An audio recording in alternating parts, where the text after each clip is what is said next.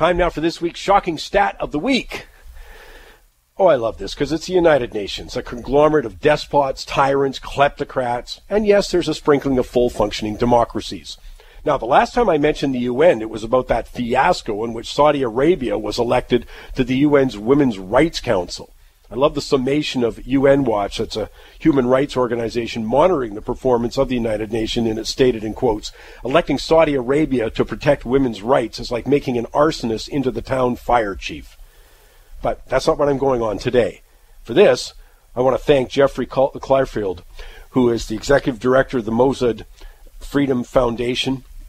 He wrote a piece in the National Post, and I love the title, "The United Nations is losing a staggering sum to corruption, mismanagement, and bad decision-making." Well, thanks, Jeffrey, for this week's shocking stat. He's looking at a 2014 audit of food aid to Somalia and suggested that 80% of the aid was stolen en route.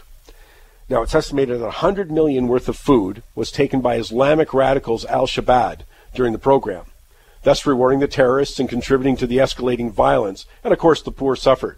Well, of course, that was nothing new. Do you remember that old United Nations Oil for Food program? Now, that was the one where they were having embargoes, of course, on Iraq.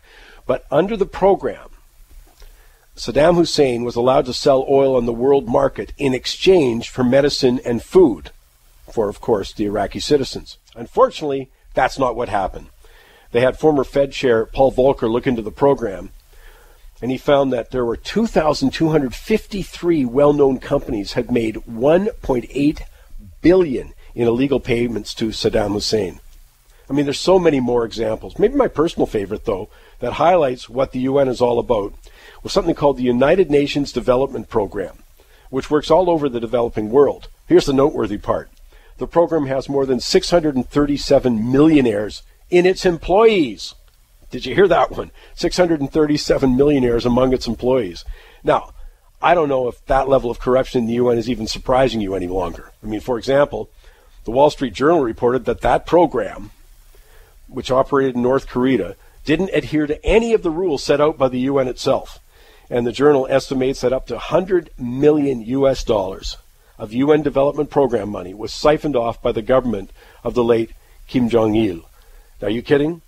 637 millionaires? Now, of course, none of our political heroes seem to care about this. They've been ignoring blatant corruption and incompetence in the UN for decades. So, as a taxpayer, just keep smiling and kissing a huge chunk of the millions that Canada sends to the UN goodbye. Much of it guilt money, I think, but whatever it is, huge amounts, as Jeffrey Clarfield says, wasted, corrupt, mismanagement, bad decision-making. That's the UN for you.